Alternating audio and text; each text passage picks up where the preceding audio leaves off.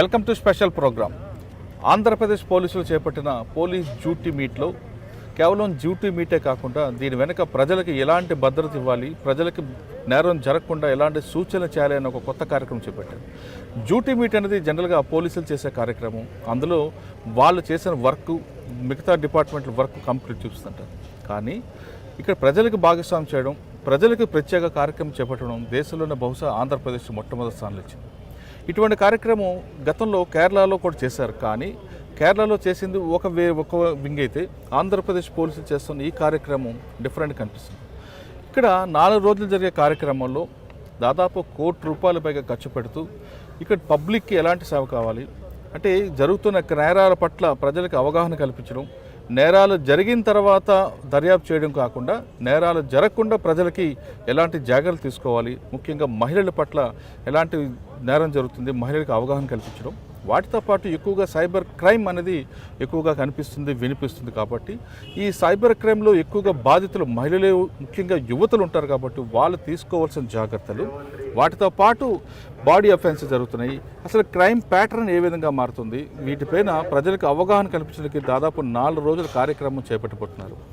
అంటే 4వ తారీఖు నుంచి 7వ తారీఖు వరకు జరగబట్టే ఈ కార్యక్రమంలో యంగ్ ఐపీఎస్ ఆఫీసర్ డైరెక్షన్ నడుస్తుంది. అయితే ఇప్పుడు మనతో సైబర్ క్రైమ్ అనేది ఎలా జరుగుతుంది, మహిళలు ఎలాంటి జాగ్రత్త తీసుకోవాలి అనే అంశాలపై మనతో మాట్లాడడానికి ప్రస్తుతం కృష్ణకాంత్ పటేల్ గారు, అదేవిధంగా తుషార్ దుడి గారు, ఇద్దరు యంగ్ ఐపీఎస్ ఆఫీసర్ ఉన్నారు. వీళ్ళిద్దరూ ఎలాంటి కార్యక్రమాలు ఈ అంశాలు చేపడుతున్నారు, ప్రజలకి అవగాహన కల్పించడానికి ఈ యంగ్ ఐపీఎస్ ఆఫీసర్స్ ఏ విధంగా వాళ్ళ యొక్క నేర్చుకున్న పాఠాన్ని ప్రజలకు ఎలా చెప్తారు, మహిళలు ఎలాంటి జాగ్రత్తలు తీసుకోవాలి అనే అంశంపై వాళ్ళని అడిగి తెలుసుకుందాం. ఫస్ట్ కృష్ణకాంత్ పటేల్ గారు నమస్తే అండి. అదేవిధంగా తుషార్ గారు నమస్తే. సార్, మంచి యంగ్ ఆఫీసర్స్ వస్తున్నారు ఆంధ్రప్రదేశ్ ప్రభుత్వానికి. అసలు మీలాంటి యంగ్ ఆఫీసర్ రావడం కూడా బలం వస్తుంది. ఏపీ పోలీసులు స్ట్రాంగ్ అవ్వడానికి మీలాంటి ఆఫీసర్ అందరూ రావడం చాలా సంతోషంగా ఉంది. ఒక్కసారి మనం ఈవెంట్ గురించి మాట్లాడే ముందు అసలు కృష్ణకాంత్ పటేల్ గారు ఎందుకు ఐపీఎస్ ఆఫీసర్ అవ్వాలనుకున్నారు? ఫస్ట్గా ఐపీఎస్ నా ఫస్ట్ ప్రిఫరెన్స్ అండి. సో మనం ఎప్పుడు ఏ ప్రాబ్లం వచ్చినా మనం డాక్టర్ దగ్గర కానీ పోలీస్ దగ్గర కానీ వెళ్తాం. సో ఆ విధంగా నేను ఏమనుకున్నానంటే జస్టిస్ డెలివరీ సిస్టమ్కి ఫస్ట్ పాయింట్ మన పోలీసే.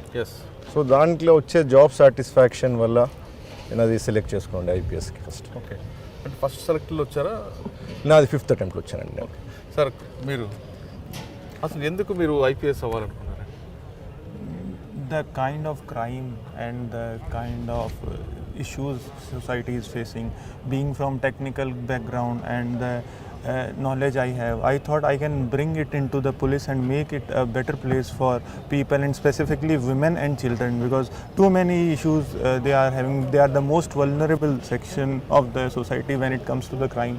So if we can stand up to them and we can serve the nation and make it a safer place, so that was the main motivation, and the pride and the courage that uniform brings to one's personality, that has been my motivation to come into the service. Okay sir, Tushar గారు చెప్తున్నట్లుగా మహిళలకి పిల్లలకి ఈ భద్రత ఎక్కువగా నేరం ఎక్కువ జరుగుతుంది కాబట్టి వాళ్ళే ఎక్కువ విక్టిమ్స్ అవుతున్నారు.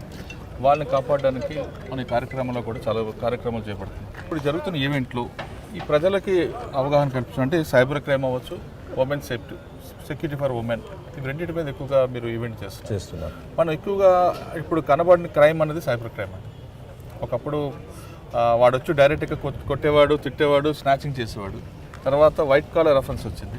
ఇప్పుడు సైబర్ క్రైమ్ స్టార్ట్ అయింది. వాడు ఎక్కడో కూర్చుంటాడు, సిస్టమ్ ఆన్ చేస్తాడు, నెట్ ఫ్రీ మనకుంది, వాడు ఆడుకుంటాడు, మనకు కనబడ్డు, మన వాళ్ళు వెళ్ళి పట్టుకున్నా సరే తర్వాత వాడికి మన యాక్ట్లో కొంత స్ట్రాంగ్ లేకపోవడంతో వాడికి ఈజీగా బెయిల్ వస్తుంది.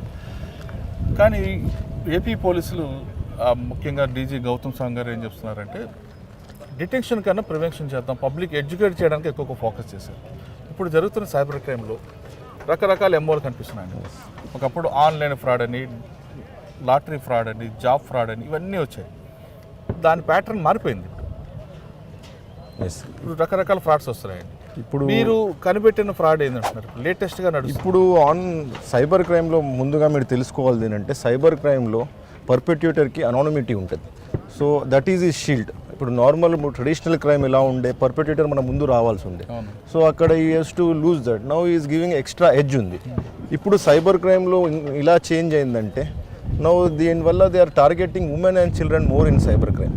బికాస్ వాళ్ళే వనరబుల్ సెక్షన్. దీంట్లో మన వాళ్ళు ఏం జాగ్రత్త తీసుకోవాలంటే ఎస్పెషల్లీ పేరెంట్స్, చిన్న పిల్లలకు మనం ఫోన్స్ ఇస్తాం, వాళ్ళు గేమ్స్ ఆడుకోవడానికి. ఈ మధ్యన పేరెంట్స్ ఎలా ఉంటారంటే చిల్డ్రన్ ఎంగేజ్ చేయడానికి వాళ్ళకి ఫోన్స్, ఐప్యాడ్స్, ల్యాప్టాప్స్ ఇచ్చేస్తారు. దాంట్లో ఏమవుతుందంటే పిల్లలు తెలియకుండా ఎన్నో యాప్స్ని ఇన్స్టాల్ చేసేసుకుంటున్నారు. చాలా యాప్స్ మన పర్సనల్ డేటా తీసుకుంటుంది. పర్సనల్ డేటా ఎలాంటిదంటే మన live location tracking, camera permission, Bluetooth ఇవన్నీ పర్మిషన్ ఇచ్చేస్తుంది. దాంతో ఎంతో డేటా రిజిస్టర్ అవుతుంది. So they become vulnerable targets. So ఇది మన పేరెంట్స్ కానీ ఒక రెస్పాన్సిబుల్గా చిల్డ్రన్కి ఇచ్చినప్పుడు మానిటర్ చేయాలి, వాళ్ళకి ఎందుకు ఇస్తున్నారు, ఏమి ఇస్తున్నారు. ఇంకో రీజన్ ఏంటంటే, మేము అబ్జర్వ్ చేసింది ఏంటంటే ఈ మధ్యన చాలా స్టూడెంట్స్ ఎస్పెషలీ అమ్మాయిలు ఫేస్బుక్లో కానీ ఇన్స్టాగ్రామ్లో కానీ వాళ్ళ ఫొటోస్ వాళ్ళు అప్లోడ్ చేసుకుంటారు. దానివల్ల ఏం చేస్తున్నారు కొంతమంది పర్పెట్యూటర్స్, వాళ్ళ ఫొటోస్ అక్కడ నుంచి తీసుకొని ఆ ఫొటోస్ని మార్ఫ్ చేసి వాళ్ళకి మెసేజెస్ పెట్టి వాళ్ళకి బ్లాక్మెయిల్ చేస్తున్నారు. దీనివల్ల చిల్డ్రన్ ఏమవుతున్నారంటే వాళ్ళు ఒక టెన్షన్లో వచ్చేస్తున్నారు, వాళ్ళ పేరెంట్స్కి అని ఎవరికి చెప్పుకోకుండా వీళ్ళ ట్రాప్లో వచ్చేస్తున్నారు. సో దీంట్లో రోల్ ఏంటంటే మన పేరెంట్స్ దిగి స్కూల్ అథారిటీస్ దిగి ఏంటంటే చిల్డ్రన్ని కాన్ఫిడెన్స్లో తీసుకోవాలి. ఎనీ టైం ఎవరన్నా మీకు బ్లాక్మెయిల్ చేసినా ఏమైనా should first approach parents or school authorities, they will approach us. So ఏమున్నా మీరు భయపడవద్దు, ఎందుకంటే మార్ఫ్డ్ పిక్చర్స్ పిల్లలకు పంపించగానే వాళ్ళు they are getting into their trap and మళ్ళీ ఒక ర్యాకెట్లకు లాగేసుకుంటారు. సో మీడియా ద్వారా నేను రిక్వెస్ట్ చేస్తున్నా అంటే మీరు ఇది చాలా చాలా ప్రచారం ఇచ్చి మన స్కూల్స్లో కానీ అన్ని కానీ they should consult us, because ఈ సొల్యూషన్ మేమే చేయగలం. వాళ్ళు ఒక్కసారి they give in to that fear వాళ్ళకి ప్రాబ్లం అయిపోతుంది. సో అది మన పేరెంట్స్ కూడా రిక్వెస్ట్ చేసేది ఏంటంటే పిల్లలతో మాట్లాడండి, ఏ ప్రాబ్లం ఉన్నా అడగండి, అబ్జర్వ్ చేయండి వాళ్ళ mood swings, talk to them. ఆ ట్రెడిషనల్ క్యారెట్ స్టిక్ పేరెంటింగ్ అన్న ఒక ఫ్రెండ్ లాగా గైడ్ లాగా ఉండాల్సిన అవసరం అండి ఈరోజు పేరెంట్స్ పిల్లలతో మాట్లాడుతూ బయట ఎవరైనా సరే స్కూల్లో కానీ బయట ఫ్రెండ్స్లో కానీ గుడ్ టచ్ బ్యాడ్ టచ్ అనేది అలవాటు చేయమంటారు, చెప్పాలి.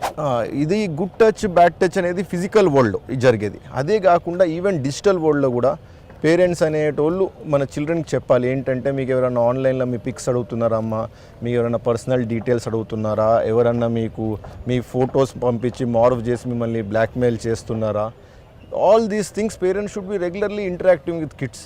పేరెంట్స్కి అంత టైం స్పెండ్ చేయట్లేదు కదా, పిల్లలకి ఫోన్ ఇస్తే వాళ్ళు కామ్కుంటాడని చెప్పి వాళ్ళు హ్యాపీగా ఎంజాయ్ చేస్తున్నారు కదా. సో అదే ఇప్పుడు మేము ఈ సింపోజియం ద్వారా అదే ట్రై చేస్తున్నాం. సో దట్ ఈ అవేర్నెస్ ప్రతి ఒక్కళ్ళకి రీచ్ కావాలి, దీని ఎఫెక్ట్స్ ఏంటి ఇవన్నీ తెలియడం కోసం ఇవన్నీ కండక్ట్ చేసేది. So that they should be aware. Just డేలో ఒక 10 minutes you spend with your child, that will be good. ఇప్పుడు మీరు చెప్పిన ఎంఓ ఎక్కువగా చిల్డ్రన్స్కి ఎఫెక్ట్ అవుతుంది. చిల్డ్రన్స్ అనే కాదండి, it is also young women. Okay, దాని మీద ఇప్పుడు మీరు జరుగుతున్న ఈ కార్యక్రమంలో పేరెంట్స్కి కానీ పబ్లిక్ కానీ ఏ విధంగా మీరు ఎడ్యుకేట్ చేయబోతున్నారు? ఈ సింపోజియంలో మేము అక్కడ ఉన్న ఎస్వి యూనివర్సిటీ కానీ, IIIT తిరుపతి కానీ, పద్మావతి కాలేజ్ కానీ, లోకల్లో ఉన్న ఎన్నో ఇన్స్టిట్యూట్స్లో అందరి దగ్గరికి వెళ్ళాము. వాళ్ళందరినీ పిలిచాము. చిల్డ్రన్ 3 days అందరూ వస్తారు. Even parents will also interact. దీంట్లో లైవ్ సెషన్స్ ఉంటాయి. మేమే ఈ ఎమోస్ చేసి చూపిస్తాం వాళ్ళకి. వాళ్ళు రాగానే వాళ్ళ ఫోన్స్ తీసుకొని how it is all done, so that ఒక హ్యాండ్స్ ఆన్ అవేర్నెస్ మీద they will get aware and they will improve ఇంకోసారి ఇలా జరగకుండా చూడడానికి. ఎందుకంటే చెప్పడం వల్ల ఇటు ఇంకా రిజిస్టర్ అవుతలేదు. సో వన్స్ ఇలా సింపోజియంకి వచ్చి అటెండ్ అయ్యి వన్స్ వాళ్ళ ఫోన్ ఇచ్చి వాళ్ళకి ప్రాక్టికల్గా మనం ఇది చూపిస్తే ఇట్ విల్ రిజిస్టర్ మోర్ అన్న ఇంపాక్ట్ ఉంటుందనే మా. సార్ మీరు ఫస్ట్ ఐడెంటిఫై చేస్తారు ఉమెన్కి చిల్డ్రన్స్కి ఎక్కువగా అవుతారు కాబట్టి మీరు యూనిఫామ్ సర్వీస్లోకి వచ్చారు, సర్వీస్ చేయాలని మోటివ్. సార్ చెప్పినట్లుగా ఇది కాకుండా ఇంకా వేరే రకరకాల ఎంఓస్ ఉన్నాయండి, మీరు ఏ విధంగా ఇంకో వేరే ఎంఓని ఐడెంటిఫై చేశారు? Now coming to the cyber world, what in field we have observed is they try to exploit the basic emotions of humans like fear or greed. What they will do is they will put one advertisement ki I am selling 60,000 phone at 4,000. So what they will do is people will quickly register. They will not try to verify it through some source. They will pay 4,000 and nothing will be delivered. Then they will realize they were fooled by someone. So by the time they come to us, it is too long.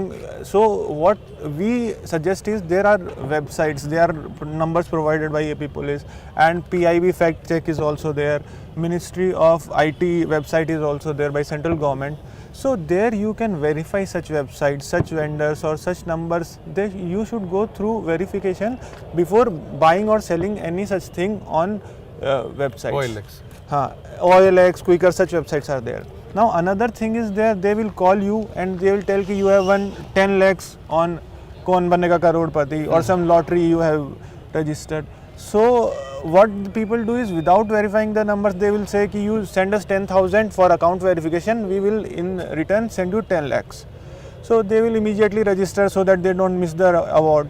They will register, they will pay the money, and eventually they will realize ki they were fooled by someone.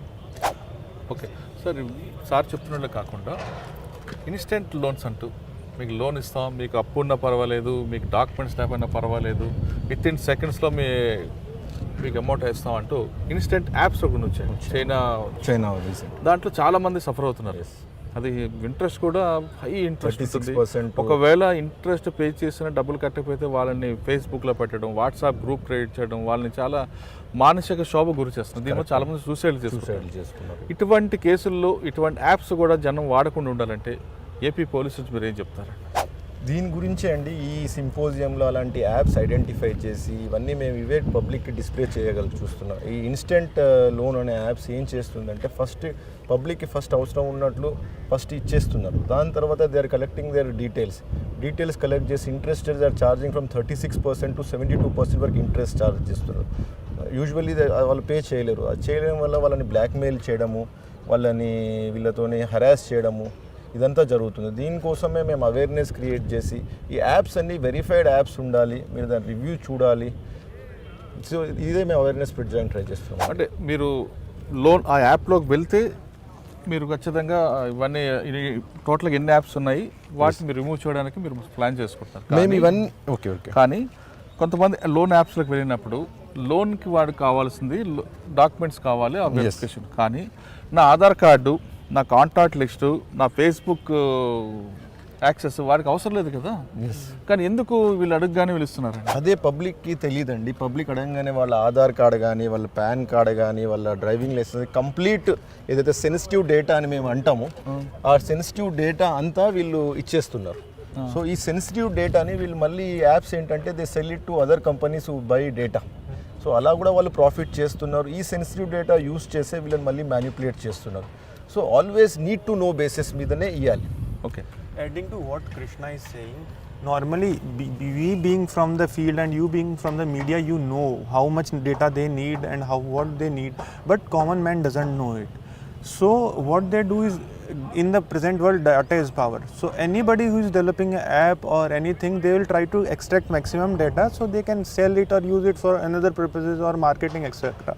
So that knowledge also we are trying to give through this present symposium. What we are doing is we are calling experts from all these domains and they will have live sessions. Now these sessions will also be broadcasted upon our social media handles, YouTube channels and some other channels like AP Police TV. They are giving live feed. So even not only in Tirupati, people who are attending physically can learn about it, but people from other districts of the AP or even the nation, they can learn about what is their modus operandi, how can awareness prevent all these crimes. Sir, ఇంకొక ఎంబో కనిపిస్తుంటుందండి, call centre fraud. నేనేదో purchase చేస్తా, దాంట్లో mistake జరుగుతుంది. ఇమీడియట్గా ఆ company call centre నేను search చేస్తాను. Call centre phone చేయగానే అవతల నుండి ఇంకో వ్యక్తి ఫోన్ చేస్తాడు. వాడు చెప్పినట్లుగా నాకు క్యూఆర్ కోడ్ పంపిస్తాడు, నేను పంపిస్తా, నా డబ్బులన్నీ పోతుంటాయి. ఇప్పుడు కొత్త ఫ్రాడ్ స్టార్ట్ అయింది. దీన్ని ఈ సింపనీలో పబ్లిక్కి అవేర్నెస్ చేయడానికి మీరు ఏ విధంగా చేస్తారు? దీన్ని ఏమో చెప్తానండి. మీరు ఒక బై సంథింగ్, మీకు దాంట్లో ఏదో ప్రాబ్లం వస్తుంది, మీరు కాల్ సెంటర్కి ఫోన్ చేస్తారు. ఈ కాల్ సెంటర్స్ కూడా చాలామంది ఏం చేస్తున్నారంటే they are selling their data. ఈ డేటాని ఈ ఫ్రాడులెంట్ కంపెనీస్ యూజ్ చేసుకొని మీకు వెరిఫై చేసుకుండా పంపిస్తారు. మీకు ఇది చేస్తే మీది రెక్టిఫై అయిపోతుందని మీరు దాన్ని చూసి ఓటీపీ ఇచ్చేస్తారు. దానివల్ల ఇది జరుగుతుంది. సో అది కూడా మేము ఇక్కడ లైవ్ డెమాన్స్ట్రేషన్స్ అంటే ఇదన్నీ it is not only A theoretical aspect. ఈ సింపోజియం అని, ఈ సింపోజియంలో ఈ ఫ్రాడ్స్ అన్నీ మేము అన్నీ ప్రతి ఒక్కటి చూపించి, ఎవరైతే స్టూడెంట్స్ కానీ ఎవరైతే పేరెంట్స్ అటెండ్ అవుతారో వాళ్ళ నుంచి ఒక డెమో చేసి చూపించి ఆ మెథడ్స్ చూపిస్తాం ఏమో ఇలా జరుగుతుంది. So that will register in their mind చేసి మళ్ళీ. సో ఇదే మెయిన్ పర్పస్. ఓకే, కేవలం పోలీస్ డ్యూటీ మేట్ పెట్టి ఆ డ్యూటీ మేట్లో వాళ్ళ యొక్క పనితీరుని మెరుగుపరచుకోవడం అనేది సాధారణంగా జరుగుతుంటుంది. కానీ ఏపీ పోలీసులు కొత్త తరహాగా ప్రజలకి నేరాల పట్ల అవగాహన కల్పించడం, నేరాల బారిన పడకుండా ఉండడానికి ప్రజలకి ఎలాంటి అవగాహన చేపట్టడానికి ఏపీ పోలీసులు సరికొత్త కార్యక్రమం చేపట్టారు. ఈ కార్యక్రమం సక్సెస్ అవ్వాలని, ఏపీలో ప్రజలు ఎవరు నేరాల బారిన పడకుండా సైబర్ క్రైమ్ విక్టిమ్ కాకుండా ఉండాలని చూద్దాం. ఇది కెమెరామ్యాన్ బ్రహ్మతో, రంజిత్తో, Muralidhar, Tirupati. Hello, this is Renu Desai. Please subscribe to iDream. Subscribe iDream. For more videos, subscribe iDream. Hi, this is Revati Chaudhary. For more videos, please subscribe iDream. For more videos, please subscribe iDream. మీరందరూ కూడా iDream ఛానల్ని subscribe చేయాలని కోరుకుంటున్నాను.